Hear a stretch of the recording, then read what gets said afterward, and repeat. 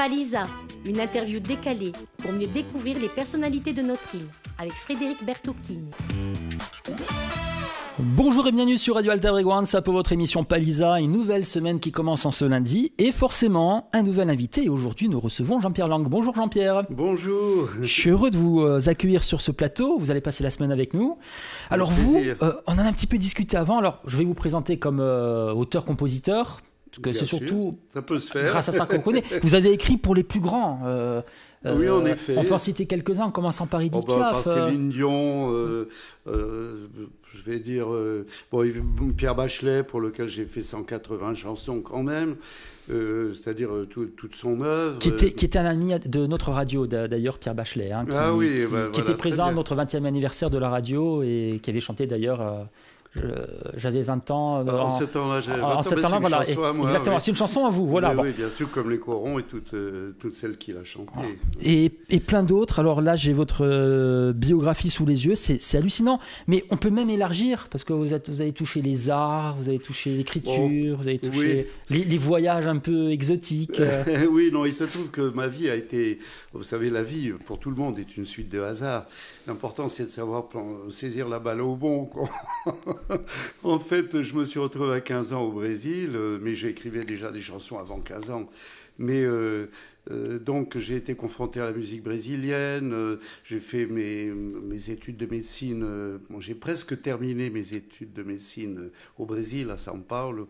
Mais j'étais toujours dans la chanson, je composais, je chantais à l'époque, je menais non pas une double vie, mais une triple, une quadruple vie, enfin j'ai brûlé un peu la vie de tous les côtés. Et voilà, donc oui, auteur-compositeur, puisque je crois que la première chanson que j'ai écrite, c'était... Mermoz était un ami de mon père. Et lors de sa mort, évidemment, la mort de Mermoz est restée dans notre famille comme une espèce de tragédie amicale. Et mon père, qui était pilote d'essai... il au Brésil, était très sensible. Non, en France. Et en fait, j'avais écrit une chanson quand j'avais 7 ans sur la mort de Mermoz. Évidemment, c'était un phénomène, je dirais, un peu familial. Et donc, je crois que c'est la première chanson que j'ai écrite. Et puis finalement, j'ai toujours pris l'habitude de confier mes états d'âme à travers des chansons. Voilà. Et c'est comme ça que je suis devenu, sans le vouloir, un auteur et un compositeur. Alors, vous êtes né en mai 1936 Absolument. À Neuilly-sur-Seine. À Neuilly-sur-Seine, et il faut bien être quelque part. Ah oui, forcément. Vous savez, on tombe comme des étoiles. Et alors, je lis sur votre bio que, en fait, vos premières vraies musiques, vous les avez composées pour le théâtre, et notamment pour le grand théâtre, Antigone, Jean Anouilh, Molière, etc. Voilà, alors c'était à São Paulo. C'était au Brésil. J'ai fait des musiques pour les pièces de théâtre, en effet, le Rendez-vous de Senlis, Antigone, en effet. Bon, donc tout ça m'a... Mais j'adore la musique, il était tout à fait naturel. Je suivais ma pente. Vous savez, c'est André Gide qui disait il faut suivre sa pente pourvu qu'elle monte. Et moi, la chance que j'ai eue, c'est que ma pente m'a fait monter. Et justement, en vivant au Brésil, on sait que c'est riche musicalement. Oh oui, il y a forcément la fameuse bossa nova brésilienne. Bien sûr, mais j'ai été présent, parce que la chance que j'ai eue dans ma vie, c'est aussi d'être présent à certains moments clés de beaucoup de choses. Et en fait, par exemple, au Brésil, j'ai été amené avec Jean Gilberto. C'est lui qui a créé la bossa nova. Et donc, c'était des gens très très proches. Chico Buarque de Holanda, par exemple, j'ai connu quand il avait 7 ans. Qui était une immense star, et qu'il est encore d'ailleurs. Oui, qu'il est encore. Bien sûr. J'ai connu ses parents, qui étaient directeurs du musée d'art moderne de São Paulo. Donc, si vous voulez, tout ça sont des histoires presque familiales, en fait. Mais il s'agissait de la bossa nova avec Jean Gilbert. Je n'ai pas dit que j'aurais contribué à ce mouvement, mais il est né à côté de moi. Et Jean Gilbert me disait, tu sais, la bossa nova, ça doit jouer sur 4 cordes à la guitare. Ceux qui jouent sur plus de 4 cordes à la guitare ne jouent pas de la bossa nova. Et il avait raison. Pour faire sonner une harmonie, il ne faut pas doubler trop les notes, parce que quelque part, on change l'esprit de l'harmonie. Donc, c'était très fin tout ça. Et la bossa nova, c'est un mouvement très très fort et qui a changé beaucoup de choses, non seulement au Brésil, mais partout, parce que c'était un mouvement subtil. Gainsbourg, on peut dire que sans avoir inventé la bossa nova, ni même joué, ni même composé des bossa nova, son état d'esprit était celui de la bossa nova. Et puis il y a des titres interplanétaires issus de la chanson brésilienne. Je crois que c'est A Banda Passar de Chico Buarque, c'est ça? Oui, et puis il y a Garota de Ipanema.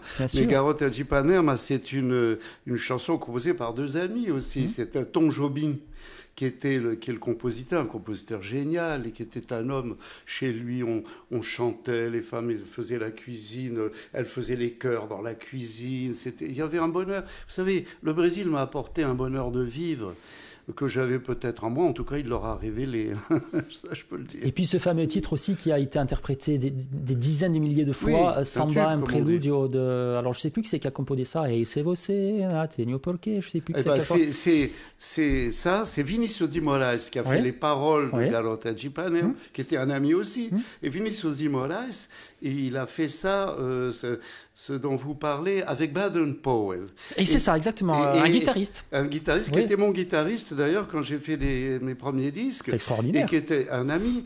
Et cette chanson, puisque vous la citez, quand il a fait cette musique, il était à Paris. Et alors voilà une anecdote incroyable. Il me montre cette musique qu'il avait faite pour la mort de son père. Il était dans une tristesse parce que son père, c'était... Et puis son père, c'est terrible, et surtout quand on est à l'étranger, etc. Bon. Et donc j'étais avec lui ce soir-là. Et il avait fait cette musique. Et on est allé vers 4 heures du matin chez l'ambassadeur du Brésil qui habitait à l'Étoile. Figurez-vous que... On est rentré parce qu'il était tellement triste, il voulait parler à l'ambassadeur.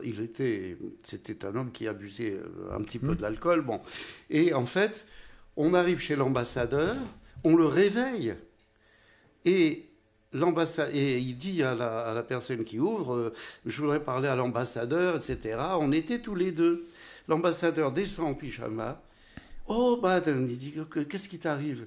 Il m'arrive que j'ai perdu entre Baden.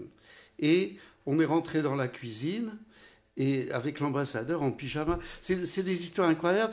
Et il avait sa guitare, il a chanté cette musique-là que Vinícius de Moraes a mis en parole plus tard. Alors là, peut-être qu'il y a des auditeurs qui nous écoutent en se disant mais de qui il parle? Parce que c'est vrai que c'est peut-être pas très connu en France, mais c'était un musicien extraordinaire. Baden-Powell, ça a été le plus grand guitariste du monde. Oui. C'est lui qui a créé une école. C'est toujours la même chose quand on parle de bossa nova, c'est une école. C'est comme le cinéma, la nouvelle vague. D'ailleurs, en portugais, bossa nova, ça veut dire nouvelle vague. La nouvelle bosse, la new wave américaine. Voilà, c'est ça. Mais oui, mais c'est ça. Tout à fait. Et donc la nouvelle vague, c'était une école aussi. Et la manière de jouer de la guitare de Baden-Powell est devenue une école qui a donné de grands guitaristes aussi après. Je pense qu'on va passer une très très bonne semaine tous les deux. Jean-Pierre Lang, on rappelle donc auteur-compositeur. Dans cette première émission du lundi, on a parlé donc du Brésil. Hein.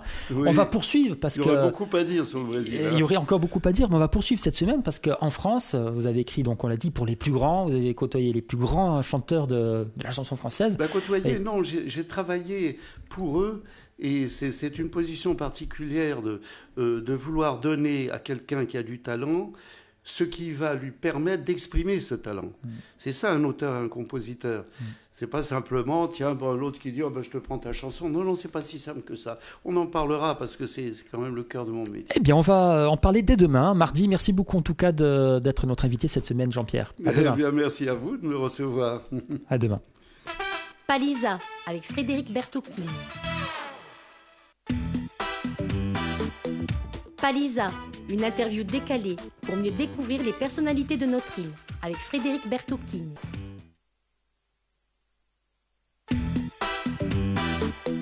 Palisa, une interview décalée pour mieux découvrir les personnalités de notre île avec Frédéric Bertocchini. Bonjour et merci de nous rejoindre sur Radio Alta-Breguans avec notre invité cette semaine dans Palisa, Jean-Pierre Lang. Bonjour Jean-Pierre. Bonjour à tous. Et merci de passer cette semaine avec nous. Alors on rappelle que vous êtes auteur-compositeur. Absolument. On va parler musique tout au long de cette semaine. Vous avez écrit pour de nombreuses personnes, Pas qu'en France, un peu partout. On a parlé beaucoup hier du Brésil, notamment. Oui, mais vous savez, les chansons, c'est comme les enfants. Une fois qu'elles sont grandes, elles voyagent partout. Alors on apprend qu'on a une chanson qui sort au Japon, qui mène une carrière aux Antilles ou de l'autre côté du monde. Et c'est ça qui est amusant aussi. Alors on rappelle notamment Céline Dion, Pierre Bachelet. Il y en a d'autres. Oui. Vous avez côtoyé... Je ne pourrais pas vous dire. J'ai fait des chansons pour Marcel Amont. Vous savez, la mémoire me manque. J'ai fait tellement de chansons, j'ai dû faire 2000 chansons et j'ai écrit pour vraiment énormément de personnes. Johnny Hallyday, je crois aussi, à un moment donné. Johnny Hallyday, oui, j'avais fait Mourir demain. Michel Fugain. Michel Fugain, en effet, oui. Et puis j'ai eu aussi des ratés parce que la vie a été ainsi faite. J'ai écrit 2 chansons pour Dalida. Et malheureusement, on a enregistré les playbacks le vendredi et le dimanche, elle se suicidait. Ah. Oui. Et donc, je resterai toujours sur la peine qu'elle, non pas le fait qu'elle a chanté, puisqu'on avait répété les chansons, mais j'espérais que peut-être ces chansons l'auraient aidé à vivre. Et puis ça n'a pas eu le temps d'être, voilà. Et donc il y a des histoires tristes qui sont liées à nos métiers, mais show must go on. Oui, effectivement. Alors je lis aussi Nicole Croisil, Nicole et il y en a beaucoup d'autres. Je lui ai fait Parlez-moi de lui, j'en ai fait d'autres pour elle, mais la chanson que tout le monde connaît, c'est Parlez-moi de lui. Et de fait, ça a été la chanson qui l'a réellement lancée en tant que vedette, parce que c'est une chanteuse qui chante formidablement bien. Mais vous savez, un chanteur doit être une personne. Bien chanter, c'est une chose. Être quelqu'un d'identifiable par le public, c'est autre chose. La chanson Parlez-moi de lui a donné un identifiant de femme, une femme qui souffre, une femme qui aime, lui a donné un profil psychologique. Il n'y a pas de grand chanteur sans profil psychologique. Et puis récemment, vous avez travaillé avec un autre monument de la chanson de la musique française, je dirais. On le connaît pour ses musiques de films, Vladimir Cosma, oui. Qui est immense lui aussi. Oui, il est immense. Et vous savez, je vais vous dire, plus on travaille avec les gens de talent, et plus c'est facile. Nous avons fait un opéra, donc, qui est tiré de l'œuvre de Pagnol, Marius et Fanny. Et donc cet opéra... la forme opératique, je ne la connaissais pas. Je connaissais la forme de la comédie musicale, parce que j'avais fait 1 ou 2 comédies musicales. Mais je veux dire que la forme opératique est une forme tout à fait particulière. Et c'est là encore que mon métier est un vrai bonheur, parce qu'il fallait étudier tout ça. Et Vladimir lui-même, il me téléphonait à 4 heures du matin en me disant « Tiens, tu vois, j'ai modifié ça dans la musique, parce que Puccini, lui, quand il était face à tel problème, il a fait ça. Qu'est-ce que tu en penses ?» etc. Donc, quelque part, on a eu une relation qui relève de la plus haute amitié, parce que de la plus haute... Vous savez, le métier de compositeur, puisque je suis compositeur aussi, et d'auteur, ce sont des métiers très intimes. Ça relève, je dirais, d'un secret intime, ce qui fait que quand on est dans une collaboration, comme je l'ai eu avec lui, comme je l'ai eu avec Roland Vincent, par exemple, c'est une relation tellement intime, ou avec Bachelet, que ses meilleurs amis ne savent pas le centième de ce que je sais, par le fait d'une collaboration très très intime et très fine sur le sens de la vie, sur les choses qui peuvent être dites et celles qui doivent être dites sans qu'on les dise à l'intérieur d'une chanson ou d'un opéra. Vous voyez. Tout ça, c'est tout à fait passionnant et ça relève je dirais, presque de l'impossible. Avec Vladimir, ça a été magnifique. Alors, il écrit même pour le cinéma. On sait que c'est un exercice difficile. Il y a quelques années, j'ai eu l'occasion d'interviewer, comme vous aujourd'hui, Francis Lay, qui a composé le fameux ce film Un homme et une femme, et surtout ce film, oh là là, j'ai oublié, terrible, dont j'ai oublié le nom, mais ça me reviendra. C'est peut-être le... Exactement. Voilà. Oui. Mais écoutez, vous me permettrez sur Francis Lay, soyons clairs, je ne vous donnerai pas mon opinion, parce que si je devais vous dire exactement, parce que vous savez, ce métier est un métier extrêmement beau, mais parfois il arrive des choses tout à fait regrettables, donc je ne dirai rien sur Francis Lay pour ne pas avoir à dire. D'accord. Et le film, ça me revient, c'est Love Story, qui a été un succès quand même au cinéma. Alors, on va revenir à des choses qui vous semblent un petit peu plus proches. J'ai envie de vous poser la question, comment vous avez fait? Vous êtes arrivé en France, donc vous arrivez du Brésil, et tout s'est déclenché comme ça, ou est-ce que... Non, rien. Vous savez, dans la vie, il faut de la chance. C'est pour ça que Napoléon demandait d'ailleurs toujours, quand on lui parlait d'un jeune capitaine, il disait « a-t-il de la chance ?» Il voulait qu'il soit compétent, mais qu'il ait de la chance. Bon, il est certain qu'il faut de la chance. Quand j'ai décidé d'abandonner mes études de médecine au Brésil et que je suis arrivé en France avec ma guitare, vraiment comme ça, j'ai chanté dans les cabarets. Dans les cabarets parisiens, bon, là, c'est là que j'ai débuté avec Ferrat, vous voyez, et avec, comment il s'appelle, Débuter avec Ferrat, il y a pire quand même, hein. Oui, mais on chantait tous les soirs au cabaret, les uns les autres. C'était Pierre Perret, c'était Ferrat, on passait ensemble les uns derrière les autres. Bon. Et puis finalement, il y en avait qui mouraient en route, et puis il y en avait d'autres qui survivaient. Moi, je fais partie des survivants. Et en fait, eux, je pense surtout à Jean Ferrat et à Pierre Perret. Bon, comme ils chantaient, ils ont continué de chanter. Moi, je me suis arrêté de chanter pour des raisons personnelles. Et en fait, je suis devenu un homme de l'ombre, en quelque sorte. Et donc, en tant qu'homme de l'ombre, j'ai écrit des chansons pour les autres. Mais finalement, c'est tout aussi passionnant. Mais c'est un métier totalement différent, parce que quand on chante ce que l'on écrit, on peut tout se permettre. Alors que, par exemple, je prends un exemple simple, Aznavour, quand il a chanté « Je suis homo » comme ils disent, bon, il l'a chanté parce qu'il avait écrit cette chanson, qui est une admirable chanson. Mais si moi j'écris Je suis homo, comme ils disent, et je la proposais à Pierre Bachelet, par exemple, il va dire écoute, je suis désolé, mais bon, c'est pas tout à fait mon histoire. Bien sûr. Et donc, vous êtes en même temps limité.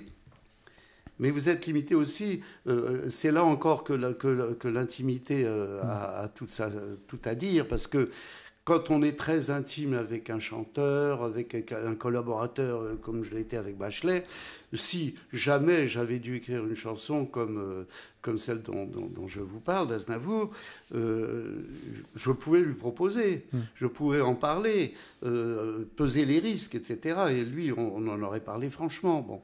Mais ce n'est pas la même chose que de chanter soi-même, une chose comme Brel ou Brassens. Voilà, c'est ça. On va poursuivre cette discussion demain, Jean-Pierre Lang. On parlera peut-être de Barbara, on parlera de Brassens aussi, on parlera de tous ces grands artistes que vous avez croisés au cours de votre carrière. Donc rendez-vous demain, même endroit, même heure, à 17h30. D'accord. Au revoir. Donc, au revoir. Palisa, avec Frédéric Bertocchini. Palisa, une interview décalée pour mieux découvrir les personnalités de notre île, avec Frédéric Bertocchini. Merci de nous rejoindre, il est 17h30 sur Radio Alta Frequenza. Nous avons un invité cette semaine qui s'appelle Jean-Pierre Lang. Bonjour Jean-Pierre. Bonjour Frédéric et bonjour à tous. Et on passe cette semaine ensemble. On rappelle que vous êtes auteur-compositeur. Vous avez écrit donc pour des noms énormes de la chanson française, notamment. Vous avez travaillé ou collaboré avec d'autres artistes. Alors hier, on parlait notamment de Jean Ferrat, de Pierre Perret, avec qui vous avez débuté. Ah oui, alors eux, j'ai débuté avec eux, mais j'ai pas travaillé avec eux. Oui, mais on était complices. On chantait au cabaret, puis on se retrouvait généralement à la Boule d'Or, c'est-à-dire en bas du boulevard Saint-Michel. C'était un bistrot qui était ouvert toute la nuit et on refaisait le monde à partir de la Boule d'Or. Je ne sais pas si le monde tel qu'il est devenu est en phase avec ce que l'on souhaitait qu'il devienne.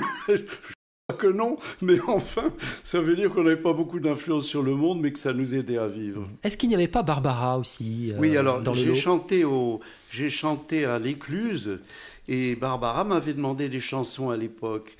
Et bon, c'était une artiste tout à fait merveilleuse, tout le monde l'aime, et c'est une femme qui a laissé une traînée de lumière, et surtout qui avait cette capacité formidable je dirais, de sensibilité.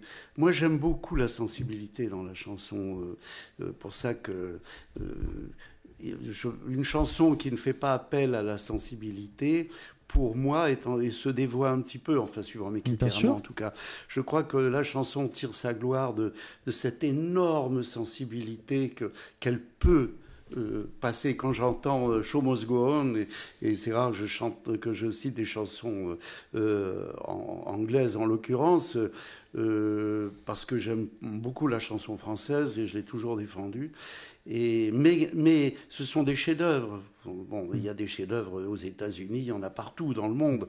Mais moi, dans ma langue, quand j'entends l'affiche rouge de Léo Ferré, c'est un morceau d'émotion à l'état pur. Le texte d'Aragon, la musique de Léo Ferré, la manière dont il la chante, l'arrangement, tout ça est une confluence de talents, voyez-vous. Et une belle chanson, c'est souvent la confluence de talents. Aujourd'hui, vous n'avez plus cette confluence-là. Parce qu'il n'y a plus de place pour des auteurs de chansons, pour des compositeurs de chansons, c'est-à-dire des spécialistes, on va dire. Et on a de plus en plus d'auteurs, compositeurs, interprètes qui peuvent donner des génies aussi bien. Mais c'est statistiquement beaucoup plus rare. Et on a ça parce que les maisons de disques aussi, de leur côté, jouent la carte des auteurs-compositeurs pour pouvoir récupérer les droits éditoriaux. C'est des choses sordides qui se cachent derrière ça, mais qui modifient les structures du métier quand même. Alors vous avez dit donc Léo Ferré qui chante Aragon, mais c'est vrai que c'est une grande époque quand même, puisqu'on n'hésitait pas à l'épuiser dans la richesse, dans le patrimoine de la littérature française.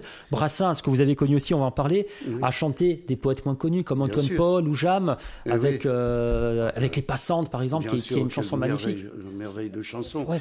Et oui, mais il faut vous dire que j'ai très bien connu Brassens, qui m'invitait souvent chez lui à Crépierre et qui venait souvent à la maison. C'était un homme, comme tous les gens de grand talent, qui était d'une très grande simplicité.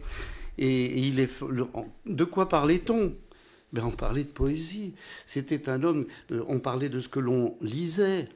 Lui qui avait une très forte mémoire et qui adorait Victor Hugo, par exemple, un jour, j'étais chez lui, il me réveille à 4 ou 5 heures du matin. Je me réveillais toujours à l'heure où il se réveillait, mais il se réveillait malheureusement à 4 heures ou 5 heures du matin, tous les jours.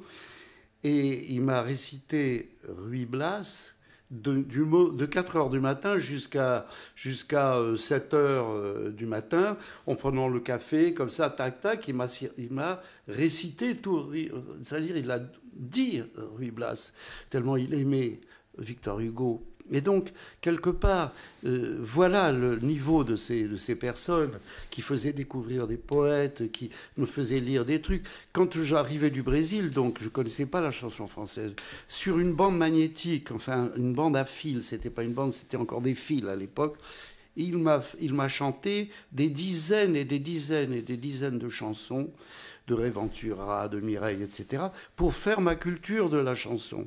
Et donc, c'était Brassens qui m'enregistrait les chansons des autres pour que je connaisse, y compris des chansons de corps de garde, etc. C'est extraordinaire. Que j'avais enregistrées chez moi. C'est des choses extraordinaires. Ça. Difficile d'avoir un meilleur professeur quand même. Ah bah oui, impossible.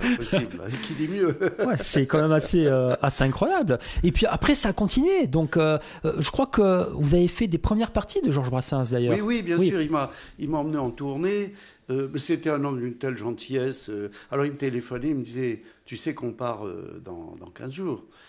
Alors je lui disais « Comment on part dans 15 jours ?» Il me dit « Bah oui, la tournée. » Mais je lui dis « Mais Georges, qu'est-ce que tu veux dire ?»« Bah tu pars, tu passes en première partie. » Je lui dis « Georges, tu me le dis maintenant, mais alors il faut que je travaille mes chansons quand même, etc. Ah ben débrouille-toi, etc. » Et c'était comme ça, c'était à la bonne franquette.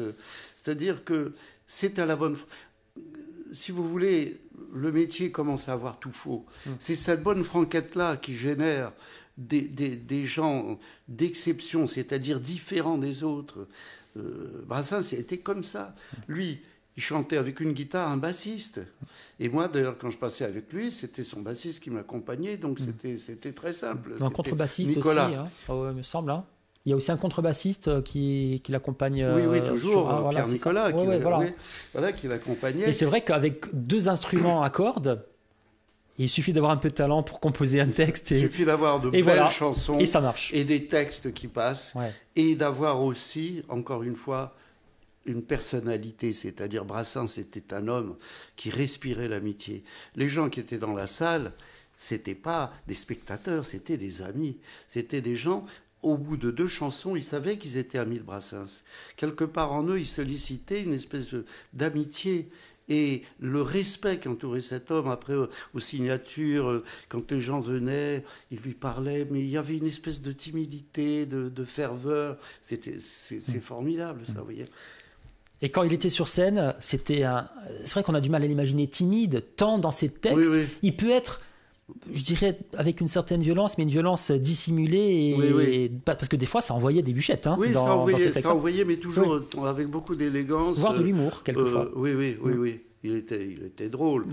Mais il était en effet très timide. D'ailleurs, je me souviendrai un jour, il chantait dans une énorme salle, et il n'avait jamais chanté dans cette salle. Il avait un trac fou. Et avant de rentrer en scène, j'étais avec lui, et il était un peu blême, comme ça. Il avait le trac, c'est terrible le trac. Et les gens, on lui met, Nicolas met la chaise sur la scène, vous savez, c'était le truc. Les gens applaudissaient la chaise parce qu'ils savaient que Brassens allait mettre le pied dessus. Le pied dessus, chanter. Alors ils applaudissent, et là, c'était le moment du trac, et il rentre, et il commence par le pluriel ne fait rien à l'homme, et si qu'on est plus de 2, on est une bande de cons. Enfin, c'est une chanson qui commence comme ça, et il m'a envoyé un petit clin d'œil comme ça pour dire... Voilà, j'ai le trac, mais il faut que j'y aille. À l'époque, il suffisait donc, on l'a dit, du talent, une chaise, un bassiste ou un contrebassiste, hein, et ça fonctionnait. Aujourd'hui, il faut les danseurs, il faut les tatouages, il faut les piercings, il faut les maisons de 10 derrière qui poussent avec des attachés de presse. Enfin, c'est un autre monde. Voilà, c'est un autre monde. Oui. Alors, je ne suis pas passéiste. Hein. Je dis simplement qu'on a les artistes que l'on mérite, comme d'ailleurs on a les politiques que l'on mérite, et qu'on a les peintres que l'on mérite. On a une époque génère. Elle exsude en quelque sorte des besoins nobles quand elle traverse une période de noblesse, des besoins médiocres quand elle traverse une période de médiocrité. C'est tout simple, vous savez. Tout marche ensemble. Tout marche ensemble. Et à l'époque, il y avait des gens qui chantaient avec des danseuses, etc. Mais ça participait d'une beauté, d'une forme, d'une des formes d'expression de la chanson. C'était pas devenu une forme totalitaire, du boum, boum, boum, avec une puissance de sono très forte. Je ne dis pas que c'est pas bien. Il y a des groupes extraordinaires qui...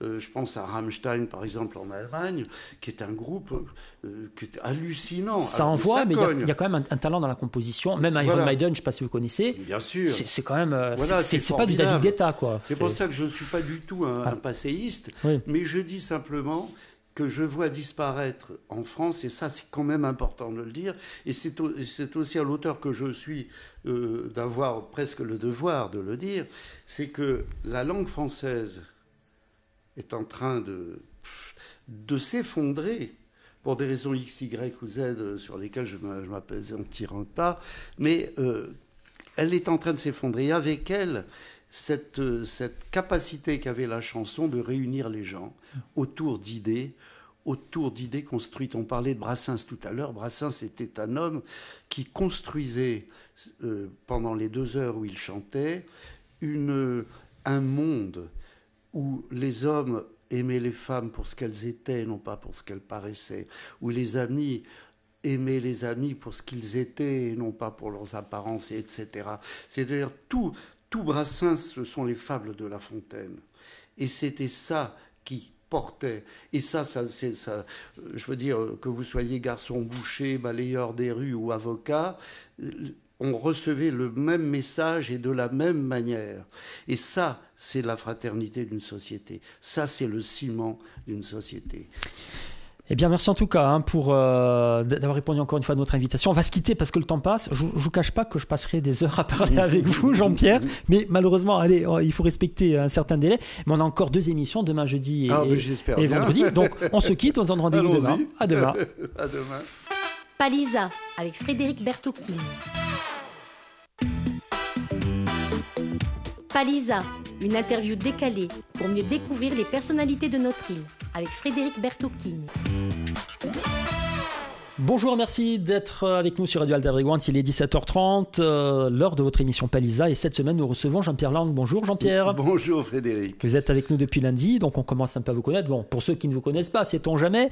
Vous êtes auteur-compositeur, vous avez écrit pour Johnny Hallyday, Céline Dion et des dizaines d'autres immenses stars françaises, mais qui sont également des stars mondiales, je dirais. Oui, par exemple, avec Alain Delon, j'avais fait les chansons, c'est ce qui m'a lancé d'ailleurs en tant qu'auteur, les chansons du film Les Aventuriers de Robert Enrico, qui était un très très beau film, et avec Johanna Chimkus, avec les très grandes vedettes, et dont Alain Delon.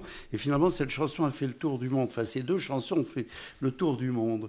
Et c'est très, je dirais, émouvant d'avoir des chansons qui s'envolent comme ça d'elles-mêmes, et qui vont se poser si loin dans les cœurs des gens. Et c'est ça la grâce de la chanson, en fait. Et on a dit hier aussi, on en a parlé hier, que vous avez fait les premières parties de Brassens. C'est complètement fou, quoi. Et alors moi, la question que j'ai envie de vous poser, donc là c'est vraiment à l'auteur-compositeur, plus de l'interprète finalement. Est-ce qu'il n'y a pas une sorte de frustration quelque part alors Brassens, tout le monde le reconnaissait dans la rue, Johnny, tout le monde le reconnaît dans la rue, mais l'auteur-compositeur... Oui, on ne les connaît pas. Voilà, on les connaît moins en tout cas. Ouais. Mais bon, il faut accepter cette... et vous savez, chaque fois qu'on est obligé de faire un effort d'humilité, c'est toujours pour votre propre bien. En fait, je pense que les personnes qui sont dans la situation la plus dangereuse, ce sont les interprètes, parce qu'ils ont, je dirais, la malchance, souvent, d'être considérés comme des vedettes, c'est-à-dire comme des dieux vivants. C'est toujours mauvais pour un homme de croire une fraction de seconde ou d'une manière durable, ce qui est plus grave, que l'on puisse être un dieu en quelque manière. Nous sommes vaccinés contre ça par le fait de la discrétion même de notre métier. Et pourtant, nous sommes les artisans véritables, bien souvent, de la réussite ou de l'échec des vedettes. Et c'est d'ailleurs le sentiment, cette peur de l'échec dans notre écriture, échec de ne pas avoir bien servi à un auteur, qui hante véritablement la vie des auteurs. S'il n'y avait pas eu Gainsbourg ou Lenny Kravitz pour Vanessa Paradis, peut-être que Vanessa Paradis serait retombée dans l'anonymat aujourd'hui. Absolument. Pareil pour Berger avec Johnny, quoique bon, c'était déjà une sacrée vedette. Oui. Et vous avez écrit dans les années 70 pour Johnny, d'ailleurs, au début des années 70. Oui, j'ai écrit pour lui. Et en fait, c'est un artiste extraordinaire. C'est-à-dire, tout le monde je dirais, les amuseurs s'amusent de lui. Bon, c'est dans leur métier d'amuseur. Mais c'est un homme formidable, je tiens à le dire ici, puisque vous m'en donnez l'occasion. C'est un homme qui est d'une très grande humanité, d'une part. Je l'ai très très bien connu à l'époque où j'ai écrit des chansons pour lui. Et c'est un homme qui a une voix absolument exceptionnelle, qui a une puissance de présence exceptionnelle, qui ne transige pas. Il chante, c'est d'ailleurs pour ça que je lui avais écrit cette chanson, je chante comme si je devais mourir demain. Parce qu'en fait, quand il chante, on a l'impression qu'il peut mourir après, mais il aura tout donné. Il donne tout. Le dernier concert. Il n'a pas... Et voilà... À chaque fois, c'est le dernier concert. Et ça, je trouve, c'est une qualité d'artiste qui est très, très rare. Les gens ne se rendent pas compte de cette force qu'il dégage. Enfin, ils s'en rendent compte inconsciemment. Mais ceux qui le brocardent devraient réfléchir à cette force essentielle qui est celle des grands artistes, comme l'était Brel, par exemple. C'était ce que disait Jim Morrison aussi, à chaque concert. Et alors, les autres membres de son groupe lui disaient « Oui, mais Jim, on a toute une tournée à faire. Essaye de garder un peu d'énergie. » Et lui disait « Je m'en fous, ce soir, c'est le dernier. De toute façon, demain, je serai mort. Voilà. » Bon, il est mort jeune, malheureusement pour lui. Mais c'est vrai qu'il y a ces artistes-là qui sont tellement habités que voilà, c'est le dernier concert à chaque fois. C'est le dernier concert, mais c'est pour ça qu'on se souvient de lui aussi. Et c'est pour ça qu'on se souvient de Brel. Parce que ceux qui meurent dans cet état dont on parle, c'est-à-dire celui de ne pas transiger, ils ont droit à un grand souvenir. Et justement, est-ce que, j'en reviens à ma question initiale, est-ce que le fait d'être auteur-compositeur, on ne se préserve pas quand même justement de cet état de transe que l'on peut ressentir en interprétant? Ce n'est pas qu'on s'en préserve, c'est peut-être le seul point de regret.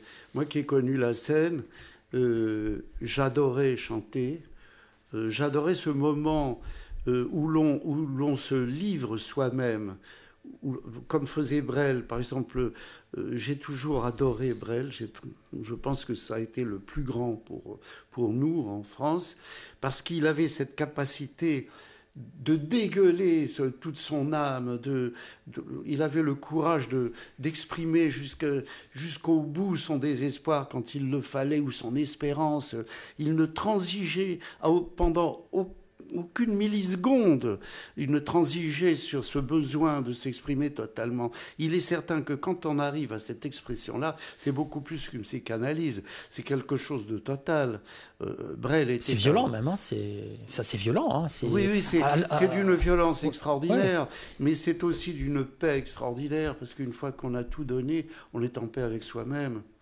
Et c'était des hommes qui, en dehors de ça, en dehors de la scène, étaient d'une humanité. Brel était d'une humanité extraordinaire. Il y a plein d'anecdotes qui le prouvent. Proche de moi, c'était un homme formidable et il aimait les autres. C'était un passionné, c'était un Don Quichotte d'ailleurs. Quand il a joué Don Quichotte, c'était son personnage qu'il jouait. Alors vous l'avez dit, Comme si je devais mourir demain en 72. Il y a aussi eu, à cette époque-là, 2 ans plus tard, en 74, Rien n'a changé pour Enrico Macias, dans un registre complètement différent. Mais moi j'ai écrit des chansons très différentes. J'ai même écrit pour Carlos Papayou. Et donc, vous savez, faire une chanson drôle, c'est presque plus difficile que de faire une chanson pas drôle. Parce que c'est un registre qui demande une très grande construction de la chanson. Et donc, je suis aussi fier de Papayou que je peux l'être des Corons, par exemple. Oui. Parce que les deux exigent une écriture, je dirais, une construction de la chanson impeccable, mais nous avons tous droit de rire. C'est pas parce que nous rions dans la vie que nous trahissons la gravité de la vie. Au contraire, je pense que le rire nous sauve de la gravité, mais il n'y aurait pas de rire s'il n'y avait pas de gravité aussi. C'est un contraste nécessaire à la vie, quoi. Ce qu'il y a d'extraordinaire, c'est que vous avez fait mouche à chaque fois. Avec Papayou, bon, c'est la drôlerie, la fête. Voilà. Et les Corons, aujourd'hui encore, dans le stade de football à Lens, on chante les Corons à la mi-temps de chaque match. C'est quasiment l'hymne du Nord-Pas-de-Calais, les Corons. Sans aucun doute. D'ailleurs, c'est une chanson qui est dans les livres d'école, qui est tout ça. J'ai eu plusieurs chansons dans les livres d'école, et là aussi, quelque part, pour un auteur, c'est un contentement. Voilà, bon, ça veut dire finalement, on n'a pas été posé sur le caillou tout à fait pour rien, quoi. C'est sûr que là, il y aura une trace. Il y aura une trace vous aurez laissé une trace importante, et pas que dans le Nord-Pas-de-Calais, un peu partout. Importante, je ne sais pas, mais quelque part, j'ai porté ma petite pierre un peu plus loin, de manière à faire avancer les choses un petit peu, quoi. Jean-Pierre Lang, on va se quitter malheureusement. On va se donner rendez-vous demain pour le dernier jour de la semaine. On va parler un petit peu. Oui, ça passe vite. Hein. On va parler de la fin des années 70 et bien des années 80, parce que là aussi, c'est passé des choses. Hein. Oh, bah. Donc, à demain, donc, Jean-Pierre. À demain. Palisa avec Frédéric Bertocchini. Palisa, une interview décalée pour mieux découvrir les personnalités de notre île avec Frédéric Bertocchini. Bonjour, nous sommes vendredi et merci de nous rejoindre sur Alta Freguenza pour cette dernière émission en compagnie de notre invité. Cette semaine, il s'agit de Jean-Pierre Lang. Bonjour Jean-Pierre. Bonjour Frédéric et bonjour à tous. J'ai vraiment passé une très belle semaine avec vous. Mais moi aussi, je peux dire la même chose. On a voyagé vraiment dans le monde, on est au Brésil, la Bossa Nova, on est revenu du côté de l'Europe avec tous ces artistes que vous avez côtoyés, que vous avez rencontrés. Alors on rappelle, pour ceux qui étaient absents, vous avez fait les premières parties de Georges Brassens, vous avez écrit pour Johnny Hallyday, vous avez écrit pour Céline Dion, vous avez écrit pour Carlos, pour Pierre Bachelet et pour des dizaines d'autres personnes. Voilà, donc une carrière quand même assez incroyable. Nous nous étions arrêtés hier aux années 70, donc on parlait de Carlos, on parlait de Johnny Hallyday également, avec cette chanson dont j'ai oublié le titre, Comme si je devais mourir demain. Alors, qu'est-ce qui s'est passé après dans la deuxième moitié des années 70 ? Il y a eu d'autres grands artistes qui vous ont sollicité pour écrire ? C'est-à-dire, dans les années 70 aussi, je me suis occupé d'un autre volet de ma vie, parce que ma vie n'est pas uniquement d'écrire des chansons, même si ça a été en quelque sorte la colonne vertébrale de mon existence. À part la colonne vertébrale, j'ai des bras et des jambes pour aller ailleurs. Je me suis construit un bateau à voile que j'ai dessiné et que j'ai construit en partie.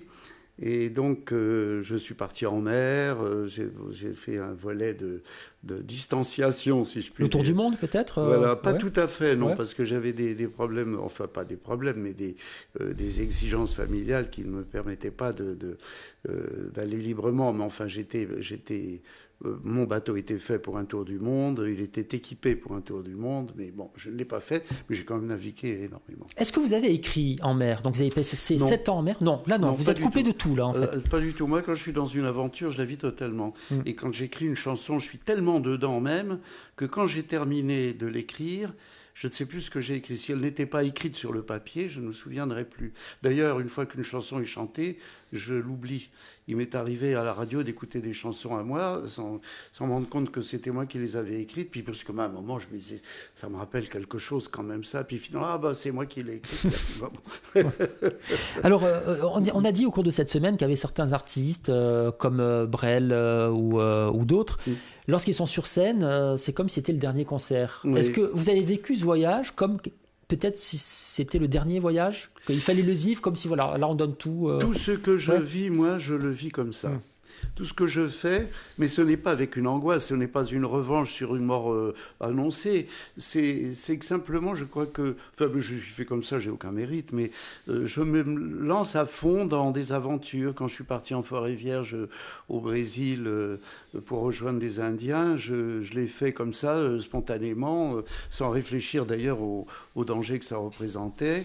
Et en fait, je pense que dans le fond, la vie, c'est ça. C'est-à-dire que si, à trop prévoir les suites des choses, comme ce que disait Molière, on n'ose rien entreprendre.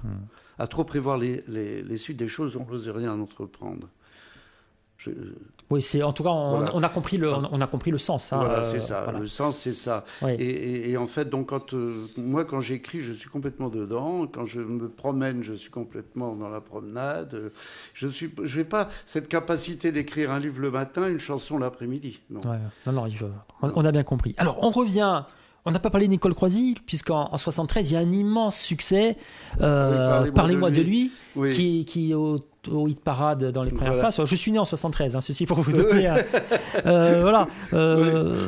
Oui, mais parlez-moi de lui. En effet, Nicole me téléphone un peu en désespoir de cause en me disant, parce que j'ai fait plein de choses, j'ai même fait la fausse chanteuse américaine avec une chanson qui avait fait un succès, mais on ne savait pas que c'était elle qui chantait, parce que tout le monde adorait Croisille, mais personne ne voulait la passer à la radio. Bon, c'était ça. D'accord. Et alors elle me téléphone, elle me dit, mais dis donc, tu n'aurais pas une chanson pour moi, parce qu'il faut que je sorte de tout ça. De toute façon, c'est le dernier disque que je fais, j'en ai assez, etc. Et moi, je lui dis, écoute, parce que j'ai une manière de travailler très spéciale que je dois vous dire, c'est que j'écoute ce que dit la voix, moi.